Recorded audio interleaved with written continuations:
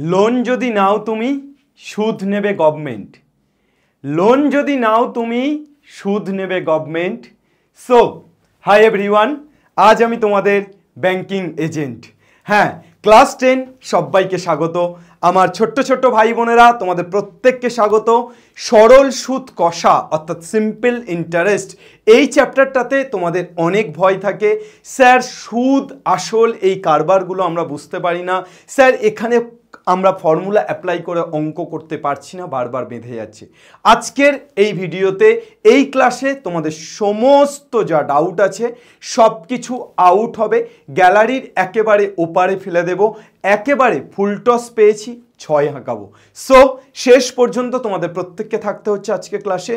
আজকে ক্লাসে যারা যারা থাকবে তাদের কাছে সরল সুদ অ্যাজ সিম্পল অ্যাজ দ্যাট হয়ে যাবে। আজকে ক্লাসে আমরা শুধুমাত্র কনসেপ্ট করাবো না বা শুধুমাত্র প্রবলেম করাবো না, আজকে ক্লাসে আমরা কনসেপ্ট এবং কনসেপ্ট বেস প্রবলেম এবং এক্সামে আসবেই এমন কিছু প্রবলেম করাবো। সুতরাং ক্লাস 10 আজকের ক্লাসটি যদি তোমরা দেখে ফেলো, সরল সুদ কষা আই থিঙ্ক আগুন লাগিয়ে আসতে পারবে পরীক্ষাতে। সুদ প্রথমত দু ধরনের হয়, একটা সরল, একটা চক্রবৃদ্ধি বা সমাহার বৃদ্ধি। তো আজকে আমরা সরল সুদ পড়ব, পরবর্তী সময়ে পরবর্তী ক্লাসে চক্রবৃদ্ধি সুদ পড়ব। অবশ্যই তোমরা যারা যারা নতুন আমাদের চ্যানেলে আসছো চ্যানেলটিকে সাবস্ক্রাইব করবে এবং তোমাদের বন্ধুদের সাথে অর্থাৎ বাংলার প্রত্যেকটি ক্লাস 10-এর ছেলেমেয়ের সাথে এই ভিডিওটিকে শেয়ার করে নেবে। যারা 11-12-এর ছেলেমেয়ে তারা অবশ্যই তোমাদের ভাই বোনেদের সাথে, তোমাদের পাড়া প্রতিবেশী, তোমাদের গ্রামের ছেলেমেয়েদের সাথে শেয়ার করে নেবে, because sharing is caring. So আর দেরি করব না, আমরা শুরু করে দেব আজকের ক্লাস। Let's start. চলো, আমরা আজকে মেনলি সরল সুদ কষা এই চ্যাপ্টারটি পড়তে চলেছি। তো এই চ্যাপ্টারটিতে আমরা যে জায়গাগুলো পড়ব একটুখানি দেখে নিই। প্রথমত সুদ ক রকমের হয় আমরা বললাম, সুদ দু রকমের হয়, একটা হচ্ছে সরল সুদ আর একটা হচ্ছে চক্রবৃদ্ধি সুদ। সুদ কি, কোনটা সরল কোনটা চক্রবৃদ্ধি, এই সব কিছু আমি ইন ডিটেলস তোমাদেরকে ব্যাখ্যা করব। তবে তার আগে তোমরা প্রত্যেকে জানো যে আমরা বেসিক্যালি দু ধরনের মানুষকে দেখতে পাই বা দু ধরনের ক্যাটাগরি দেখতে পাই। এক, যারা টাকা ধার নেয়, আর দুই, যারা টাকা ধার দেয়। তো আমরা যারা ছোট তারা আমাদের দাদা দিদি, আমাদের বাবা মা, আমাদের কাকা কাকিমা এদেরকে দেখতে পাই নিয়মিত ব্যাংকে যায় বা নিয়মিত বিভিন্ন সংস্থা থেকে হয় টাকা ধার করে বা টাকা রেখে আসে।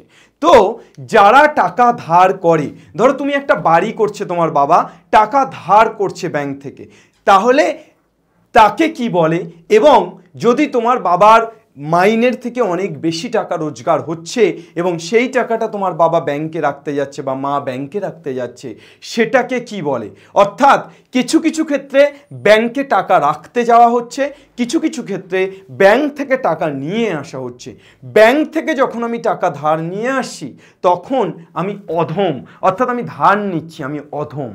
কিন্তু আমি যখন ব্যাংকে টাকা রাখছি, ধরো ব্যাংক থেকে যখন টাকা ধার নেয় না, তার সাথে যে ব্যবহার হয়, যে টাকা রাখে তার সাথে অনেক ভালো ব্যবহার হয়, তাকে এসি রুমে বসিয়ে কফি খেতে খেতে তার টাকাটা নেওয়া হয়। কিন্তু যে টাকা ধার নেয় তাকে আজকে হবে না, যাও তো কালকে আসবে, লোনের টাকা কাল পাবে, তার সাথে এভাবেই ব্যবহার করা হয়।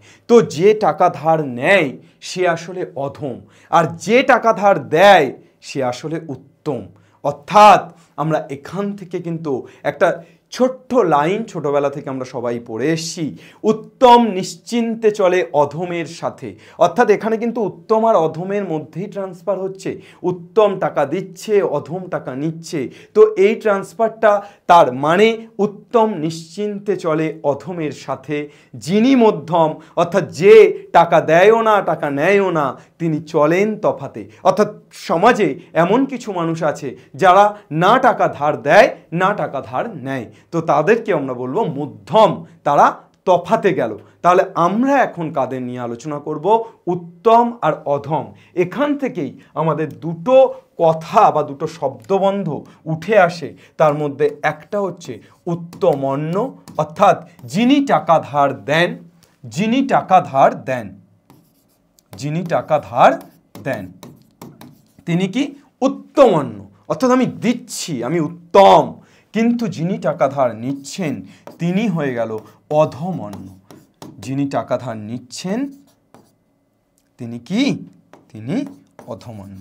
তো এই দুটো বিষয় আমাদেরকে বুঝে রাখতে হবে। আজকের সময়ে আমরা প্রত্যেকে এই লেনদেনের সাথে জড়িত, আমরা প্রত্যেকটা মানুষ লেনদেন করতেই হয় বাধ্যতামূলক।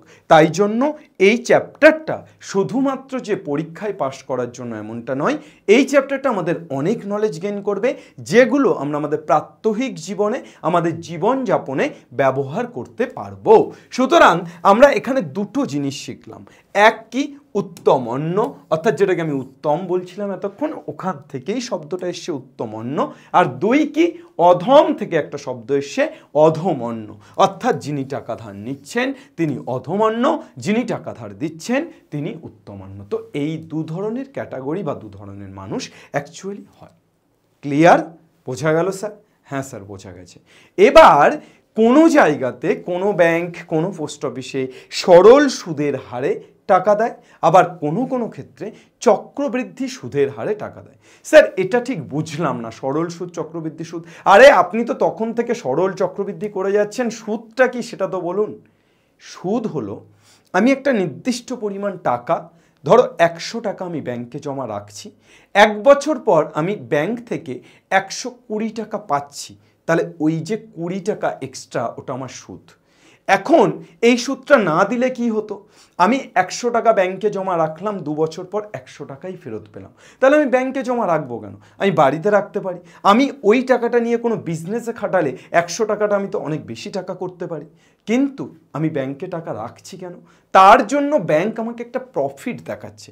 ব্যাংক বলছে তুমি যে 100 টাকা রাখছো, সেই 100 টাকা থেকে তুমি কিন্তু 20 টাকা এক্সট্রা উপার্জন করতে পারছো, যেটা তুমি বাড়িতে রেখে দিলে পারতে না। তাই জন্য এই লোভে প্রত্যেকে যাচ্ছে ব্যাংকে টাকা রাখতে। আর একটা কি? সিকিউরিটি, যে আমার টাকা ইনক্রিজও হচ্ছে এবং ব্যাংকে টাকা থাকা মানে সিকিউর। আমি বাড়িতে টাকা রাখলে সেটা ইঁদুরে কেটে দিতে পারে, ডাকাতি হতে পারে, চুরি হতে পারে, পকেটমারি হতে পারে, বাড়ি থেকে তুলে নিয়ে যেতে পারে, কিন্তু আমি ব্যাংকে টাকা রাখছি মানে সেটা একটা লকারে রেখে আসছি, সেটা সিকিউর। এখন যদিও ব্যাংক সিকিউর কতটা বলা মুশকিল, কিন্তু তবুও মানুষ মনে করছে যে ব্যাংকটা সিকিউর। তাহলে এই দুটো কারণে আমরা ব্যাংকে টাকা রাখছি। এক, যে ব্যাংক সিকিউর, আর দুই, আমি ব্যাংকে টাকা রাখলে কিছু এক্সট্রা টাকা পাচ্ছি। যে টাকাটা আমি রেখেছি সেটা তো পাচ্ছি, তার সাথে কিছু এক্সট্রা পাচ্ছি। এই যে টাকাটা রেখেছি 100 টাকা, এই 100 টাকার পরিবর্তে আমি যে 120 টাকা পেলাম, তাহলে এই 20 টাকাটা আমি এক্সট্রা পেলাম। এই 20 টাকাটা হলো সুদ। এই 20 টাকাটা কি? সুদ। এবার ব্যাংক তোমাকে 120 টাকা কি 20 টাকা যে এক্সট্রাটা দিচ্ছে সেটা পকেট থেকে দিচ্ছে না, সে কিন্তু পকেট থেকে দিচ্ছে না। সে কি করছে? সেই 100 টাকাটা নিয়ে কোনো ব্যবসায়ীকে ঋণ দিচ্ছে। 100 টাকাটা তোমার কাছ থেকে যেটা তুমি ব্যাংকে জমা রাখলে, সেই ব্যাংক এই 100 টাকাটা নিয়ে কোনো ব্যবসায়ী বা কোনো কাউকে ঋণ দিচ্ছে। যাকে ঋণ দিচ্ছে ব্যাংক তার থেকে আর একটু বেশি নিচ্ছে। তুমি ধরো 2 বছরে 120 টাকা পাচ্ছ, মানে 20 টাকা সুদ পাচ্ছ, ব্যাংক 2 বছরে তার থেকে 140 টাকা নিচ্ছে, অর্থাৎ সে কিন্তু আরও 20 টাকা বেশি নিচ্ছে, নিয়ে ব্যাংক 20 টাকা বেনিফিট করছে। অর্থাৎ ব্যাংক 40 টাকা সুদ নিল, তোমার টাকা থেকে ব্যাংক 40 টাকা সুদ নিল, নিয়ে ব্যাংক তোমাকে 20 টাকা দিল এবং ব্যাংক নিজের কাছে 20 টাকা রেখে দিল। তো এই হলো total process. Is that clear? হ্যাঁ স্যার। এবার এটা দুটো রকমে হতে পারে, একটা সরল সুদ, একটা চক্রবৃদ্ধি সুদ। সরল সুদ মানে হলো সময় যাই হয়ে যাক না কেন আমার টাকাটা একটা নির্দিষ্ট হারে বাড়বে, যে আমাদের বলে না 2% হারে ইন্টারেস্ট, তাহলে এই 2% হারেই আমার টাকাটা বাড়বে। অর্থাৎ আমি ব্যাংকে টাকা রাখলাম, 100 টাকা 1 বছর পর 110 টাকা হলো, আরও 1 বছর পর 120 টাকা হলো। তো এটা সরল সুদ। কিন্তু যদি চক্রবৃদ্ধি হতো, 100 টাকা 1 বছর পর 110 টাকা হলো, এর পরের বছর কিন্তু আর 100 টাকার উপরে সুদ নয়, 110 টাকার উপরে সুদ। তো এই 110 টাকার উপরে সুদ ধরো আরও 12 টাকা, তাহলে আমি পেলাম 122 টাকা, অর্থাৎ আমি আরও 2 টাকা এক্সট্রা পেলাম। তো এই চক্রবৃদ্ধি সুদের ক্ষেত্রে কিন্তু এই ইনক্রিজটা পার্টলি হয়, বাট সরল সুদের ক্ষেত্রে ফ্ল্যাট, অর্থাৎ সমতলে তুমি যা টাকা রাখছো সেই টাকার উপরেই হবে। কিন্তু চক্রবৃদ্ধিতে তুমি যে টাকা রাখছো তার উপরে যেটা বাড়ছে তার উপরে ইন্টারেস্টটা তৈরি হবে। তো এটা নিয়ে আমরা ডিটেলস আলোচনা করব। প্রথমে আমরা জেনে নিই হোয়াট ইজ সরল সুদ বা সরল সুদে কি কি প্রয়োজন, কয়েকটা জিনিস খুবই গুরুত্বপূর্ণ সরল সুদের ক্ষেত্রে। সেই বিষয়গুলো কি কি স্যার? এখানে প্রথমত আসল, অর্থাৎ যে টাকাটা আমি দিলাম, যে টাকাটা আমি রাখলাম, এটা খুবই গুরুত্বপূর্ণ। যে টাকাটা আমি রাখলাম ব্যাংকে সেটাকে আসল বলবো, বা যে টাকাটা আমি ধার নিলাম সেটাকে আসল বলবো। এবার এটা হচ্ছে সময়। সময় আমি কত বছর? 2 বছর। আসল 100 টাকা, সময় 2 বছর। সুদের হার এই 2 বছরে কি পার্সেন্টে আমাকে সুদ দেবে? 100 টাকার উপরে ধরো 2% হারে আমাকে সুদ দিচ্ছে। 2% হারে ব্যাংক কত পার্সেন্ট হারে সুদ দিচ্ছে? ব্যাংক বলল তুমি 100 টাকা দিয়েছো, তোমাকে 2% হারে সুদ দেব, অর্থাৎ 100 টাকার উপর 2 টাকা। ক্লিয়ার? তো এই হারে সুদ দিচ্ছে। আমার 2 বছর পর সুদ কত হবে এটা আমাকে বের করতে হবে। তো এই টোটাল একটা সরল সুদ বের করার জন্য এই শব্দবন্ধগুলো খুব ইম্পর্টেন্ট। কি কি শব্দবন্ধ? আসল, সময়, সুদের হার, সুদ। এই 4টে জিনিস যে জানবে সে এই চ্যাপ্টারে যে কোনো অঙ্ক করতে পারবে বা ফাইট করতে পারবে, এবং কনসেপ্ট ক্লিয়ার থাকলে সে করতে পারবে। তাহলে এই আসল, এটাকে ইংরাজিতে বলা হয় প্রিন্সিপাল। এই প্রিন্সিপাল বলা হয় বলে এই আসলটাকে ধরা হয় পি। কি ধরা হয় স্যার? পি ধরা হয়। খুব সহজ বিষয়। দেখো, সময়কে বলা হয় টি। কি বলা হয়? টাইম। টাইম ফর টি। সুদের হার যেটা 100 টাকার উপর বাড়ছে সেইটাকে বলা হয় R%, rate of interest. Rate, হার বৃদ্ধি মানে রেট অফ ইন্টারেস্ট। তো এই জন্য আর থেকে R% সব এটা নেওয়া হচ্ছে। আর সুদকে, সুদ ইংরেজি হচ্ছে ইন্টারেস্ট, একে ডিফাইন করা হচ্ছে আই দিয়ে। তাহলে PT R% আর আই দিয়ে ডিফাইন করা হচ্ছে। স্যার এই কয়েকটা শব্দবন্ধ জানলেই হয়ে যাবে? হ্যাঁ, এই কয়েকটা শব্দবন্ধ এবং একটা ছোট্ট ফর্মুলা জানলেই আমরা গল্প অল্প করে দিতে পারবো। What is the formula? The formula is I equal two PTR/100, অর্থাৎ I ইকুয়াল টু क्या हुआ हमारे, चलो आई फॉर इंटरेस्ट मोट सूद, आई फॉर इंटरेस्ट मोट सूद, प्रिंसिपल आसल, अर्थात आसल के আমরা বলছি পি, সুদের হার রেট অফ ইন্টারেস্ট তাকে আমরা কি বলছি? R%, আর সময়কে কি বলছি? টি। তো এখানে আই অর্থাৎ সুদ ইকুয়াল টু PTR/100, অর্থাৎ সুদ, সরল সুদ ইকুয়াল টু আসল ইন্টু ওই 4টে জিনিস, আসল, সময় ইন্টু সুদের হার, আসল, সময় আর সুদের হার, টোটালটা বাই 100। তাহলে সুদ ইকুয়াল টু কি পেলাম? আসল ইন্টু সময় ইন্টু সুদের হার by 100। Clear? Is that clear or not? Sir clear sir. একদম সহজ সূত্র। আই ইকুয়াল টু পিটার 100তে কত পেয়েছে? 0 পেয়েছে। 100তে কিছু একটা পেয়েছে। তো I equal to PTR. Okay, চলো next. I equal two PTR/100, এটাকে তোমরা মনে রাখতে পারো। I equal to PTR. চলো এইবার এই আই ইকুয়াল টু PTR/100 দিয়ে কি কি কোশ্চেন আমরা সলভ করতে পারি। আচ্ছা, প্রথমে যে কোশ্চেনটা দেখেছিলাম এটা সলভ করি। পি কত স্যার? 100 স্যার। টি কত স্যার? 2 বছর স্যার। সবসময় সময়কে বছরে নিয়ে অঙ্ক করবে।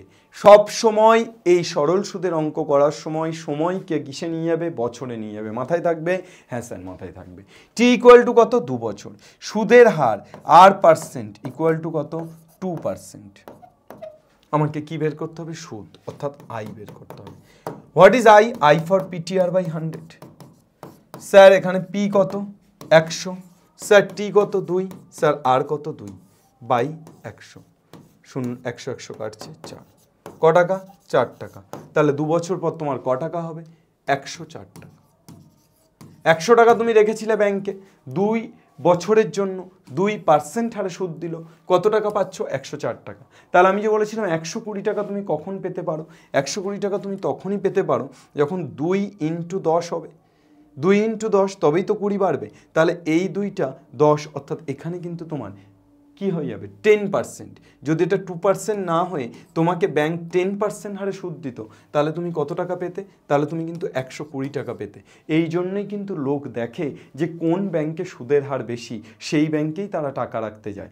কোনো ব্যাংকে, আমাদের সরকারি ব্যাংক, সেখানে সুদের হার কম, বেসরকারি ব্যাংক সুদের হার বেশি, কিন্তু বেসরকারি ব্যাংকে রিস্ক বেশি, সেটা কোনো সময় উঠে যেতে পারে, তুমি কিছু করতে পারবে না। তাই জন্য লোকজন কিন্তু একটু চাপেই থাকে যে প্রফিট বেশি পাবে বেসরকারি ব্যাংকে টাকা রাখলে, কিন্তু তবুও লোকজন সরকারি ব্যাংকেই টাকা রাখে। ওকে, চল। আচ্ছা, তো এই গেল টোটাল প্রসেস। এবার আমরা কয়েকটা অঙ্ক করে বিষয়টা দেখে নিই। একদম প্রথমে সূচনা লগ্নে একটা ছোট্ট অঙ্ক তোমাদের জন্য, খুব সহজ অঙ্ক। আজকে যে প্রবলেমগুলো করাচ্ছি তোমাদের কোষে দেখি 2 থেকেই করাচ্ছি, অর্থাৎ তোমাদের বই থেকে করাচ্ছি, এবং প্রত্যেকটা প্রবলেম খুব খুব খুব গুরুত্বপূর্ণ। ফার্স্ট প্রবলেম, 2 বন্ধু একসঙ্গে একটি ছোট ব্যবসা চালাবার জন্য 12% সরল সুদের হারে, কিচ্ছু নেই, শুধু পড়ো আর লেখো, পড়া লেখা, এই তো জীবন, পড়া লেখা, শুধু পড়ো এবং লেখো। একসঙ্গে একটা ছোট ব্যবসা চালানোর জন্য 12% সরল সুদের হারে, তাহলে সুদের হার R% ইকুয়াল টু 12%। কত টাকা ধার নেয়? P ইকুয়াল টু 15,000 টাকা। কত টাকা ধার নেয়? 15,000 টাকা ধার নেয়। 4 বছর পর ওই টাকার জন্য তাদের কত টাকা সুদ দিতে হবে? সময়টা কত? T ইকুয়াল টু কত? 4 ইয়ার। সময় T ইকুয়াল টু 4 বছর। ওকে, তাহলে R% 12%, P 15,000 এবং T 4 ইয়ার্স। ওকে, কত টাকা সুদ দিতে হবে? কি বের করতে হবে? সুদ দিতে হবে মানে আমাকে আই বের করতে হবে। কি বের করতে হবে? আই বের করতে হবে। উই নো, আমরা কি জানি? I equal to PTR by 100। Sir P কত স্যার? 15,000। স্যার টি কত স্যার? 4 বছর। স্যার আর কত স্যার? 12। স্যার নিচে কত স্যার? 100। 0 2 0 কাটছে স্যার। 4 15 60, 600 ইন্টু 12, 6 12 72, নাকি? 6 2 12 2, হাতে থাকে 1, 6 7 72 টাকা। কত টাকা সুদ পাবে? 15,000 টাকায় 12% হারে যদি 4 বছর সে টাকাটা রাখে, সে 7,200 টাকা সুদ পাবে। কত টাকা সুদ পাচ্ছে? 7,200 টাকা সুদ পাচ্ছে। 150 ইন্টু 4, তাহলে 15 4 4 15 60, ঠিক আছে, 600 ইন্টু 12, ঠিকই আছে। ওকে, ক্লিয়ার, ক্লিন অ্যান্ড ক্লিয়ার। সে 7,200 টাকা সুদ পাচ্ছে, তাহলে সে অবশ্যই টাকাটা রাখতে চাইবে, তার কারণ 15,000 টাকা বাড়িতে ফেলে রাখলে 1 টাকাও পেত না, ব্যাংকে রাখলে 7,200 টাকা পাচ্ছে। গৌতম একটি মুরগি খামার খোলার জন্য একটি সমবায় ব্যাংক থেকে কত % হারে সুদের হারে টাকা নিয়েছে? 12% সরল সুদের হারে। 12% সরল সুদের হারে কিছু টাকা ধার নিলেন। কিছু টাকা কি করলো? ধার নিল। প্রত্যেক মাসে 378 টাকা করে তার সুদ দিতে হয়। তিনি কত টাকা ধার নিয়েছিলেন নির্ণয় করি। তাহলে এখানে আমার সুদের হার কত % বাবা? সুদের হার ইকুয়াল টু 12%। কিছু টাকা ধার নিয়েছিল, প্রত্যেক মাসে 378 টাকা সুদ দিতে হয়। কিছু টাকা ধার নিয়েছিল, আমি কত টাকা ধার নিয়েছিল জানি না, তাহলে সুদ কত দিতে হয়? প্রত্যেক মাসে 378, 378 টাকা প্রত্যেক মাসে সুদ দিতে হয়। তিনি কত টাকা ধার নিয়েছিলেন? আচ্ছা, সময় কত? 378 টাকা 1 মাসে, তাহলে সময়টা 1 মাস, মানে 1/12 বছর। 1 মাস মানে কত বছর? 1 মাস মানে 1/12 বছর। তাহলে 1/12 বছরে তাকে 378 টাকা সুদ দিতে হয়। ধরি আসল, বা ধরি ধার নিয়েছিলেন, আসল কত টাকা? X টাকা। তাহলে আমি এখান থেকে লিখতে পারি 378 ইকুয়াল টু আসল X ইন্টু সময় কত? 1/12 ইন্টু আর কত? 12% বাই 100। 12 12 কাটছে, 100 এপারে চলে আসছে। X ইকুয়াল টু 378 কত? 37,800 টাকা। 37,800 টাকা। Is that clear? বোঝা হলো কিনা একটু জানিয়ে দেবে যে একদম ক্লিন অ্যান্ড ক্লিয়ার কি নয়। ক্লিন অ্যান্ড ক্লিয়ার নয়। Okay sir, next. যদি বার্ষিক 10% হারে সরল সুদে 800 টাকা ব্যাংকে জমা দিয়ে সুদে আসলে 1200 টাকা ফেরত পাই, তাহলে আমি সুদের হার কত, প্রত্যেকটা জিনিস আমাকে প্রথমে লিখে নিতে হবে। সুদের হার দেওয়া আছে, সুদের হার 10%। সুদ কত দেওয়া আছে? 800 টাকা। ও 800 টাকা আসল, আসল 800 টাকা জমা দেয়, তাহলে আসল কত টাকা দেওয়া আছে? 800 টাকা। তাহলে আসল 800 টাকা, সুদের হার 10%, সুদ আসল কত? সুদ আসল 1200 টাকা। সুদ আর আসল মিলিয়ে 1200 টাকা, আসল শুধু 800 টাকা, তাহলে সুদ কত? সুদ আর আসল মিলিয়ে যদি 1200 হয়, যদি শুধু আসল 800 হয়, তাহলে সুদ কত? 1200 বিয়োগ 800। সুদ কত টাকা? 400। কত টাকা সুদ বাবা? 400 টাকা। তাহলে সুদ পেয়ে গেলাম 400 টাকা। তবে ওই টাকা কত সময়ের জন্য ব্যাংকে জমা রেখেছিল? সময় জানি না, সময় তো নিয়তির হাতে, তাই না? ধরি সময় টি, কত সময়ের জন্য রেখেছিল, তাহলে সময়টাই বের করতে হবে। উই নো, আমরা কি জানি? I equal to PTR by 100। এটুকুই মনে রাখলে কিন্তু প্রত্যেকটা অঙ্ক আমার হয়ে যাবে, আলাদা করে কিচ্ছু মনে রাখতে হবে না। I কত স্যার? I হচ্ছে 400। P কত স্যার? 800। T কত স্যার? জানি না। আর কত স্যার? 10। বাই কত? 100। স্যার একটা শূন্য একটা শূন্য কাটতেস, স্যার আরেকটা শূন্য আরেকটা শূন্য কাটতেস। স্যার টি ইকুয়াল টু কত পাচ্ছি? 400 বাই 80। স্যার শূন্য শূন্য কাটতেস, স্যার 5 8 40।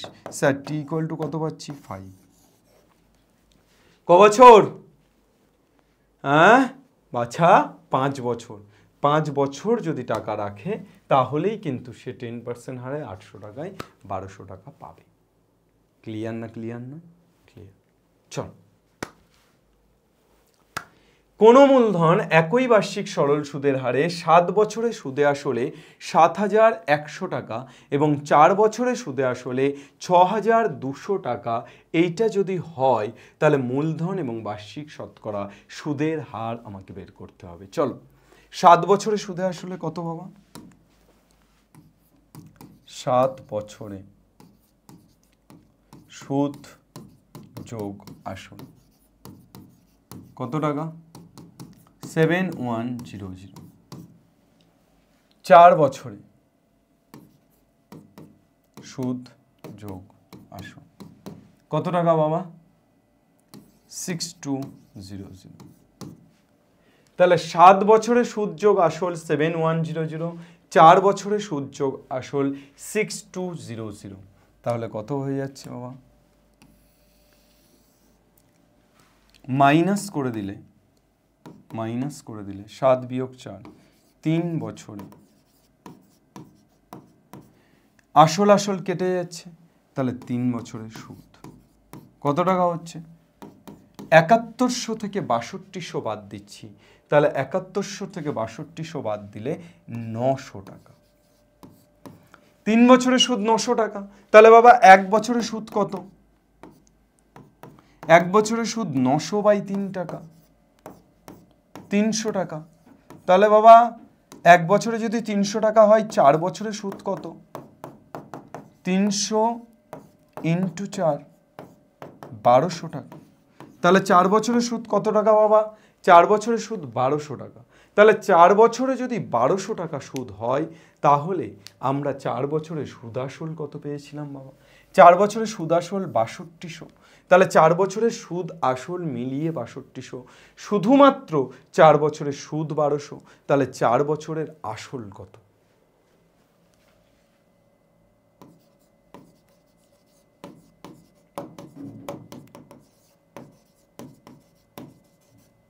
বাষট্টিশো বিয়োগ 1200, এত টাকা। তাহলে কত হয়ে যাচ্ছে? 5000 টাকা। কত পাচ্ছি?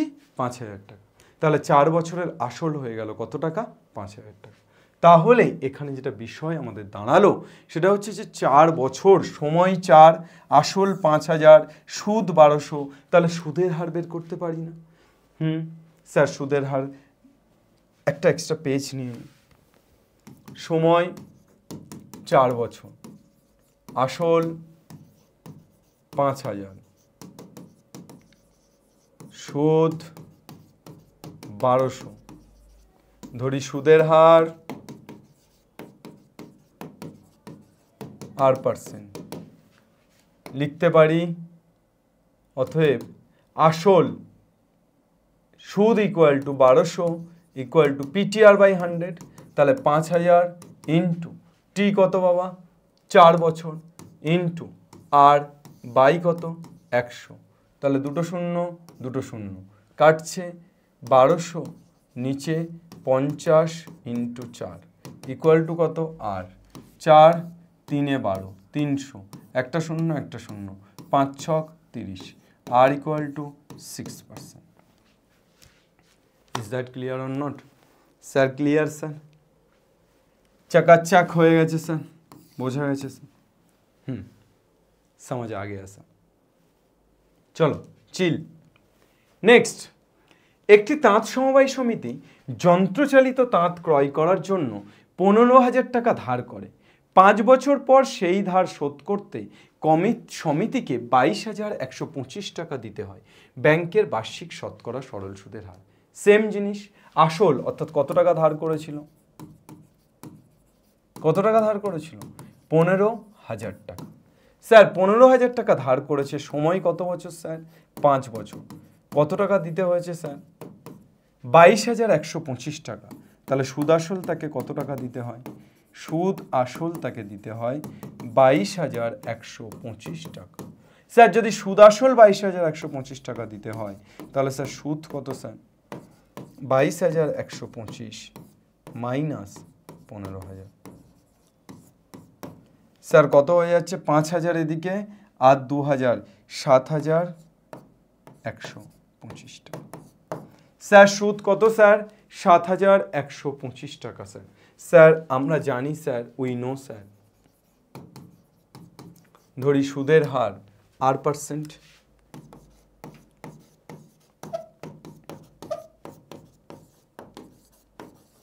সুদের হার কত পার্সেন্ট, আমি ধরে নিচ্ছি সুদের হার R%, তাহলে সুদের হার যদি R% হয় তাহলে আমরা কি জানি I equal to PTR by 100, তাহলে I কত বাবা 7,125 ইকুয়াল টু PTR, P কত 15,000 ইন্টু টি কত 5, আর কত জানি না বাই 100। দেখো এই অঙ্ক করতে গেলে না ক্যালকুলেশন, পাটিগণিতের যে কোনো অঙ্ক করতে গেলে ক্যালকুলেশন অর্থাৎ ধৈর্যের পরীক্ষা দিতে হবে। ক্যালকুলেশন একটু এদিক ওদিক হয়ে গেলেই কিন্তু বাবা ভুল হয়ে যাবে, তাই ক্যালকুলেশন খুব ভালোভাবে মাথায় রাখতে হবে, ধৈর্যটাকে ধরতে হবে, সব অঙ্ক হবে, কেন হবে না। 7,125 বাই 150 ইন্টু 5 ইকুয়াল টু কত আর। চলো 5 দিয়ে কাটি, 5 কে 5, 2 21, 4 5 20, 1 12, 5 দুগুণে 10, 2 25, 5 5 25, 1425।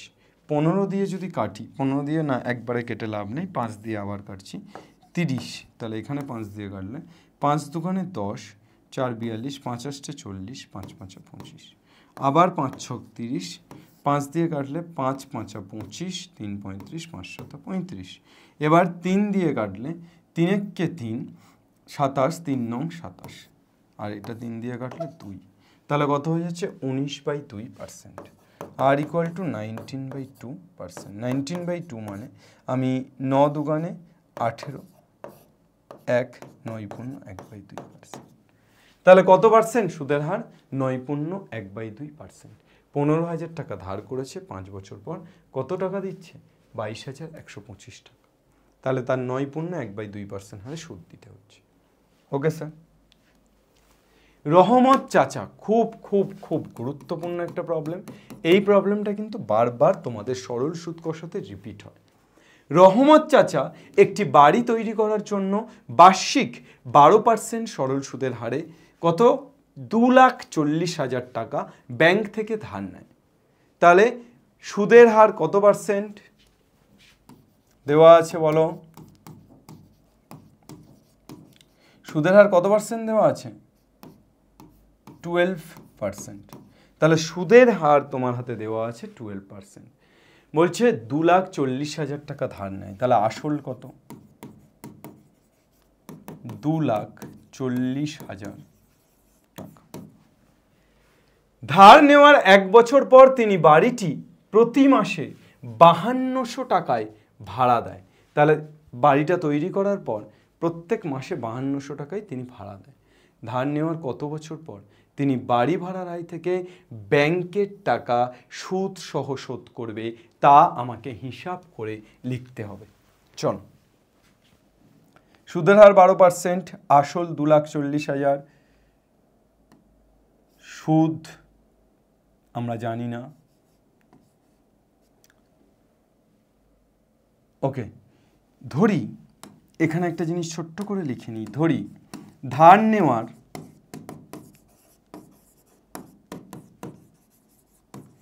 টি বছর পর তিনি ব্যাংকের টাকা সুদ সহ শোধ করেন। তাহলে তার আসল কত? তিনি কিন্তু ভাড়া বাড়ির টাকা থেকেই শোধ করে বাবা, বুদ্ধিমান রহমত চাচা। নিজের পকেট থেকে না, ধার নিয়েছে, বাড়ি বানিয়েছে, বাড়ি ভাড়া দিয়েছে, সেই ভাড়া থেকে ব্যাংকের টাকা শোধ করেছে, পকেট থেকে 1 টাকাও খরচা করেনি। বুঝতে পেরেছো? তারপর ব্যাংকের টাকা শোধ হওয়ার পর যেটা হবে সেটা রহমত চাচার পকেটে যাবে। ঠিক আছে, চলো তাহলে শর্তানুসারে আমি অ্যাকচুয়ালি রহমত চাচা কত টাকা ধার নিয়েছে সেটা লিখে ফেলছি। 2,40,000 প্লাস এই 2,40,000 টাকার উপর 12% হারে টি বছরের সুদ কত? PTR by 100, 2,40,000 into 12 into T by 100 equal to ঘর ভাড়ার টাকা থেকে দেয়। ভাড়া কবে দেয়? ধার নেওয়ার পর 1 বছর সে বাড়িটা বানায়, তাহলে 1 বছর পর থেকে সে ঘর ভাড়া দেয়। তাহলে 1 বছর পর থেকে মানে তার ঘর ভাড়ার টাকা খাটে, যদি টি বছর পর শোধ করে তাহলে তার ঘর ভাড়ার টাকা T-1 বছর। এবার T-1 বছর কত টাকা করে ভাড়া? 5200। বছরে না মাসে? মাসে। তাহলে 1 মাসে 5200, তাহলে 12 মাসে কত? 12 ইন্টু 5200। বছরে নিয়ে যেতে হবে তো, তাহলে 12 ইন্টু 5200। এবার এটাকে ক্যালকুলেট করো, দেখো টি এর মান কিন্তু তোমরা পাবে 9। স্যার ক্যালকুলেটটা করে দিন না। ক্যালকুলেশনটা না করে আপনি শুধু ক্যালকুলেট করো বলে ছেড়ে দিলে চলবে? ঠিক আছে, দেশের স্বার্থে 10-এর স্বার্থে আমি ক্যালকুলেশন করে দিচ্ছি। 2,40,000 এই পর্যন্ত তোমরা বুঝেছো কিনা একটু কমেন্টে জানিও। ঠিক আছে, প্লাস এখানে 24 ইন্টু 12, 4 দুগুণে 8, 2 দুগুণে 4, 4 একে 4, 2 একে 2, 8, 4 4 8, 2, 288, 288, তারপর কি 2 শূন্য। টি ইকুয়াল টু কত? 12 ইন্টু 5200, তাহলে 12 ইন্টু 52, 12, 2 দুগুণে 4, 5 দুগুণে 10, 2 একে 2, 5 একে 5, 4 2 6, কত হচ্ছে? T-1 into 6 2 4 0 0, 6 2 4 0 0। তাহলে এখানে আমরা কত পেয়ে যাচ্ছি? চলে এসো, আমরা পেয়ে যাচ্ছি, ক্যালকুলেশন কোথায় করব? এখানে করছি। 2,40,000 plus 28,800, 28,800 T equal to 62,400 T minus 62,400। তাহলে আমি 28,800 T minus 62,400 T equal to minus 62,400 minus 2,40,000 করলাম। কত পেয়ে গেলাম স্যার? 28,800 থেকে 62,400 বাদ দিচ্ছি, তাহলে এদিকে পড়ে থাকছে তোমার 28,800, 62,400। দাঁড়াও এখানে ক্যালকুলেশন করি। 62,400 থেকে 28,800 বাদ দিলে তোমার পড়ে থাকছে দুটো শূন্য, 8 কথা 4 সমান 6, তারপরে হাতে থাকে 1, 2 কথা 12 সমান 3, হাতে থাকে 1, 2 একে 3, 3 3 6 0 0, 33,600। 33,600 টি মাইনাস আছে কেননা বড়টা নেগেটিভ। 62,400 আর 2,40,000, তাহলে এখানে হয়ে যাচ্ছে তোমার 3,62,400, 2,40,000, তাহলে 3,02,400,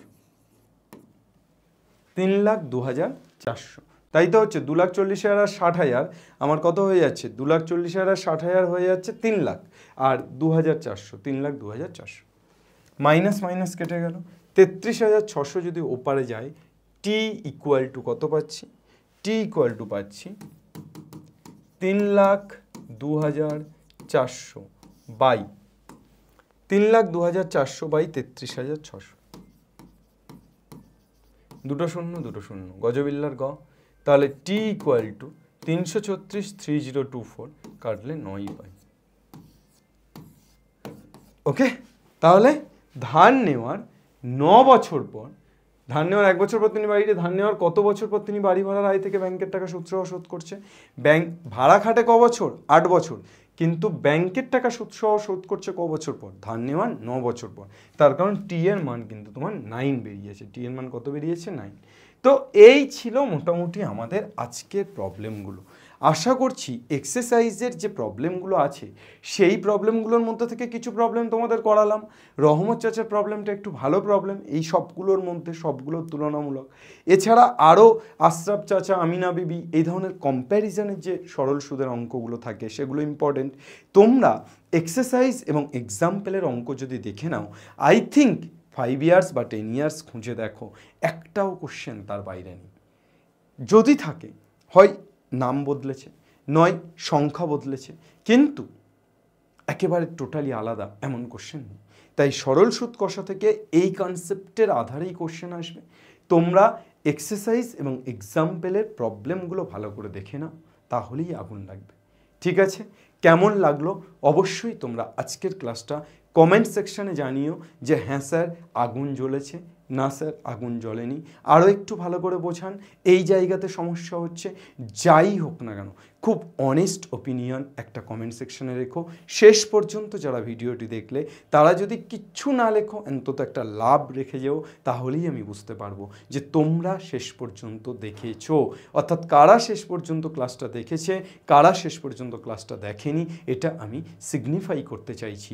আমি চাইছি যে ডেডিকেটেডলি কারা শেষ পর্যন্ত আমার ক্লাসটা করছে সেটাকে দেখতে।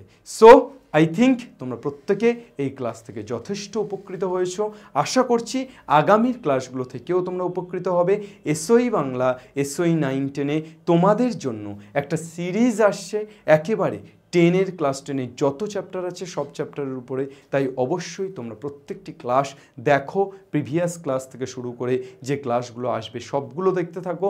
কোনো রকম কোনো সমস্যা হলে, কোনো রকম কোনো ডাউট হলে অবশ্যই কমেন্ট সেকশানে জানাও।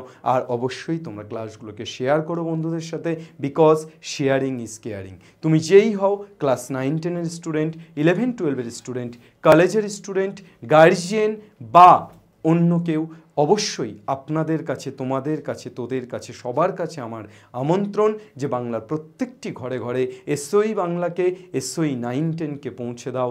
তাহলেই আমাদের সফলতা, তাহলেই আমাদের এই পরিশ্রম সার্থক। তোমাদের হাত ধরেই বাংলা পড়বে, শিখবে এবং জিতবে। Thank you everyone. Jai Hind.